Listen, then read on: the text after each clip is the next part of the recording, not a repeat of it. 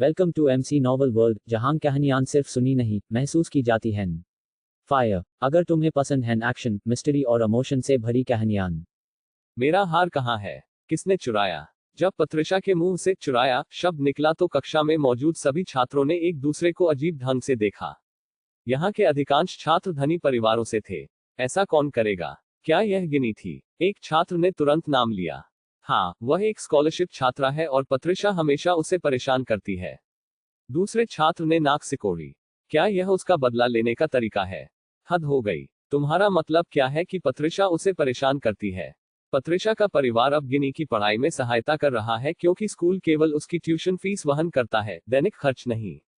सही कहा। अगर रस्तोगी परिवार न होता तो गिनी अभी भी वह घटिया घर का बना खाना खा रही होती।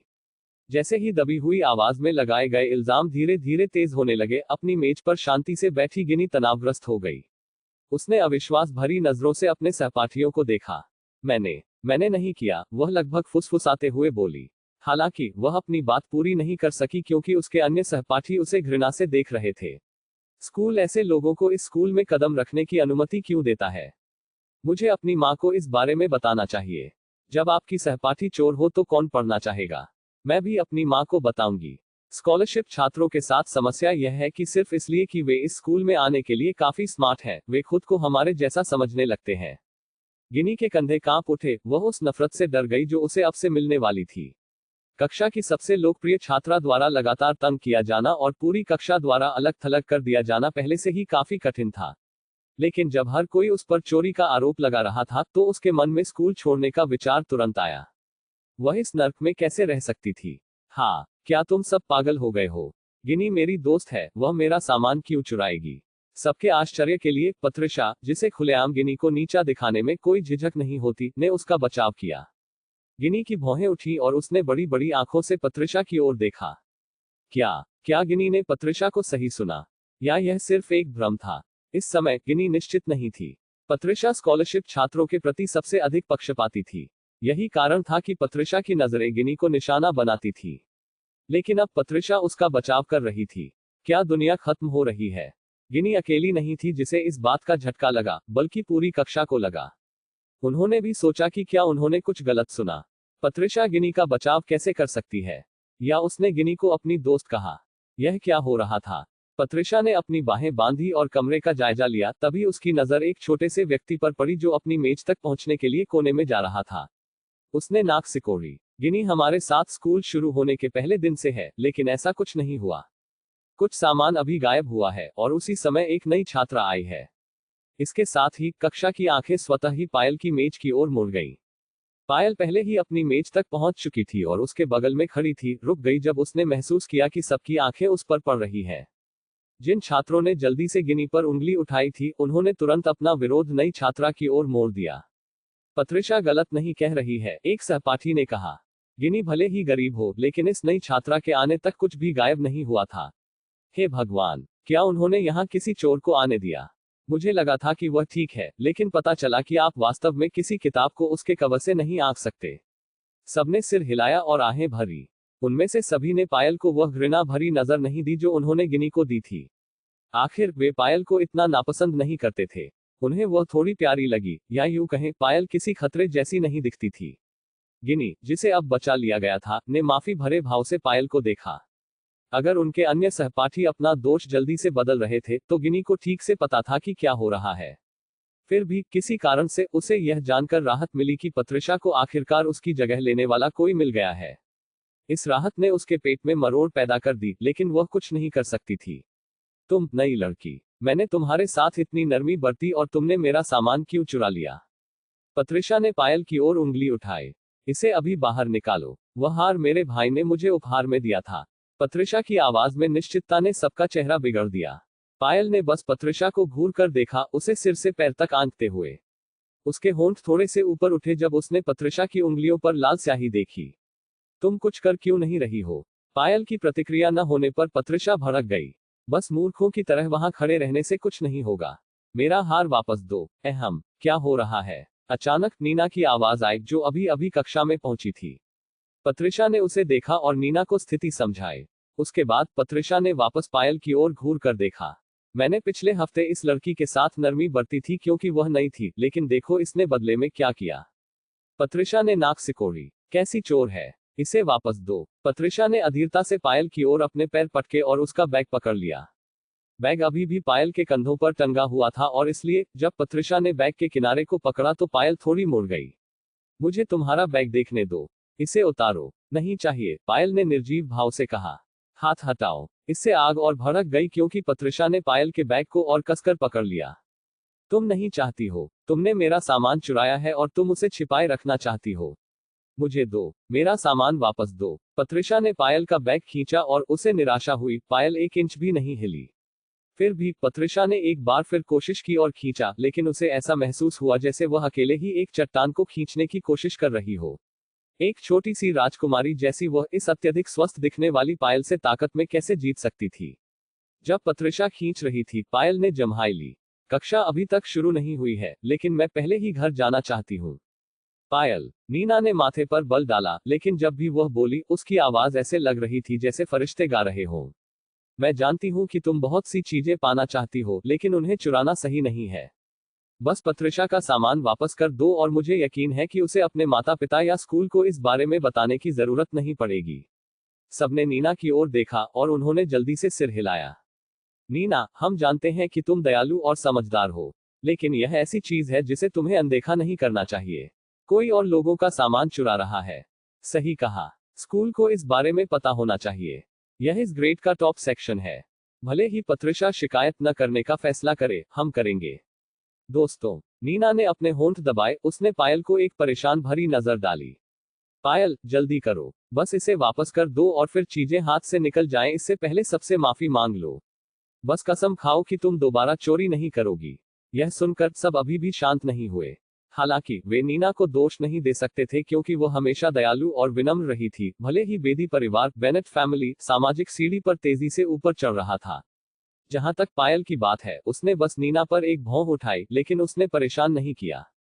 वापस दो, वापस दो, चोर कहीं की। पत्रिशा चिल्लाती रही। उसकी आवाज लगातार तेज होती गई, जितना अधिक उसने कोशिश की और विफल रही।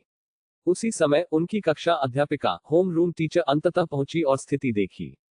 क्या हो रहा है? इस बार पत्रिशा ने पायल का बैग छोड़ दिया। वह हाँफ रही थी और पसीने से तर थी। उसने पायल की ओर उंगली उठाई। टीचर, इसने मेरा सामान चुराया। यह सुनकर उनकी कक्षा अध्यापिका तुरंत माथे पर बल डाला।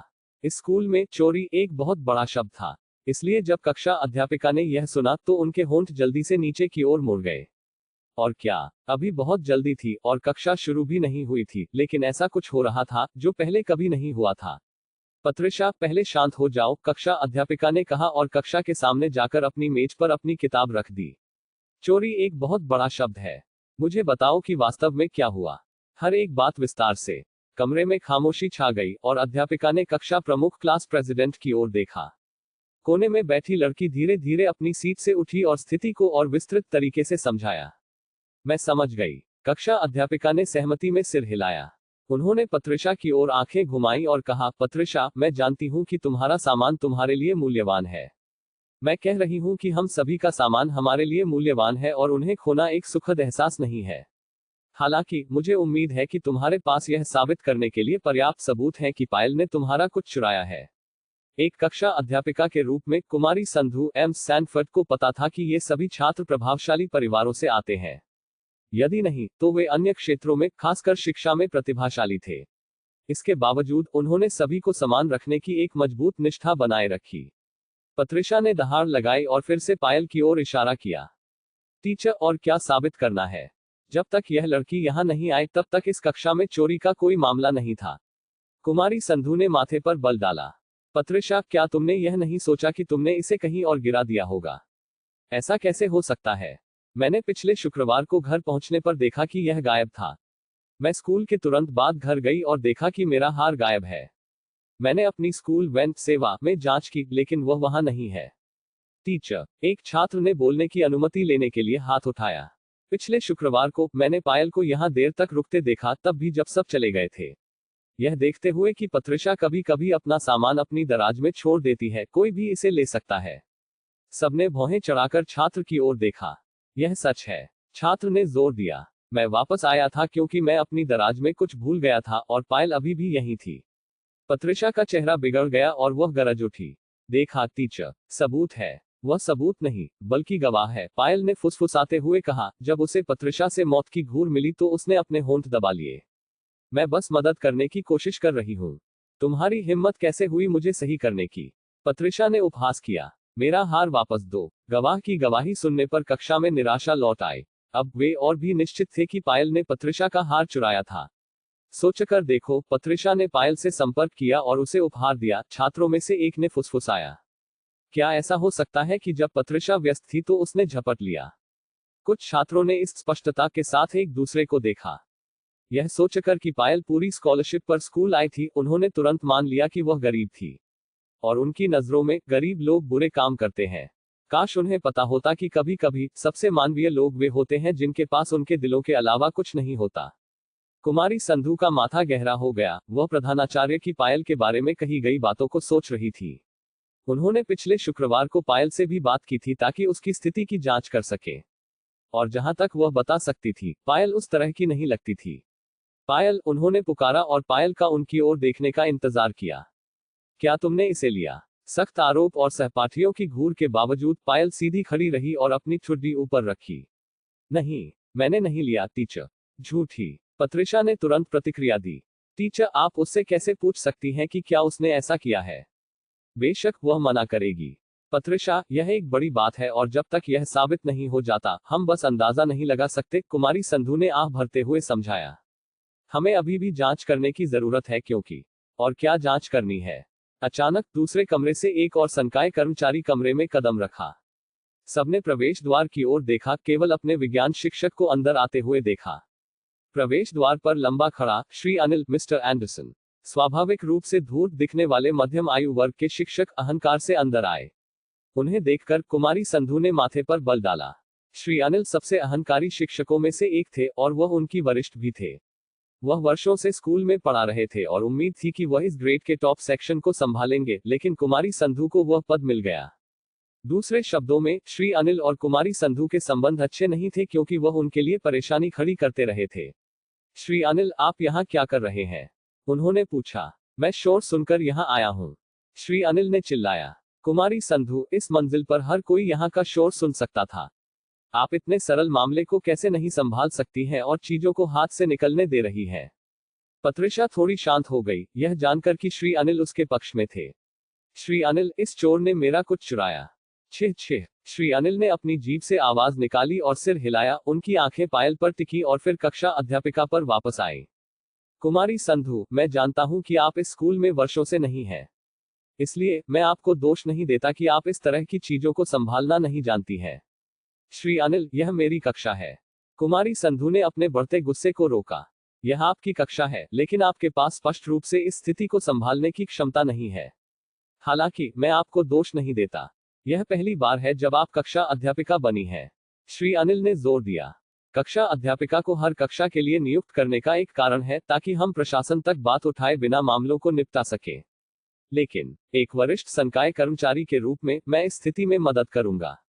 श्री अनिल ने उदारतापूर्वक घोषणा की, जैसे कि वह उस पर एक एहसान कर रहे हो। तुम अपना बैग उतारो और अपना सारा सामान दिखाओ। श्री अनिल अंदर चले गए और हल्के से अपना हाथ का पंखा कक्षा प्रमुख क्लास प्रेसिडेंट की ओर इशारा किया। प्रमुख, जाओ और उसके बैग की जांच करो। ओह, कक्षा प्रमुख ने अपनी कक्षा अध्यापिका की ओर देखा इससे पहले कि वह अपनी सीट से उठी। पायल दूसरी ओर चुपचाप कुमारी संधू को देखती रही।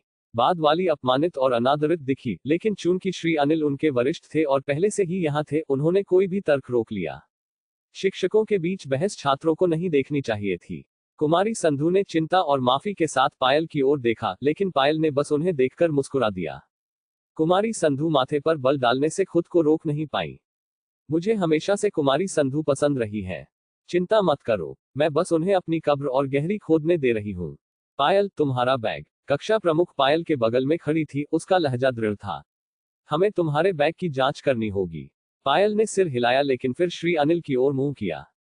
मैं आपको दिखाऊंगी कि मेरे बैग में क्या है, लेकिन कुमारी संधू, यदि मैं यह साबित कर दूं कि मैंने कुछ नहीं चुराया है तो आरोप लगाने वाले को क्या परिणाम भुगतना पड़ेगा? क्या आप चाहेंगे कि मैं इस कहानी को आगे बढ़ाऊं, जिसमें पायल अपनी बात साबित करे और इसका परिणाम सामने आए?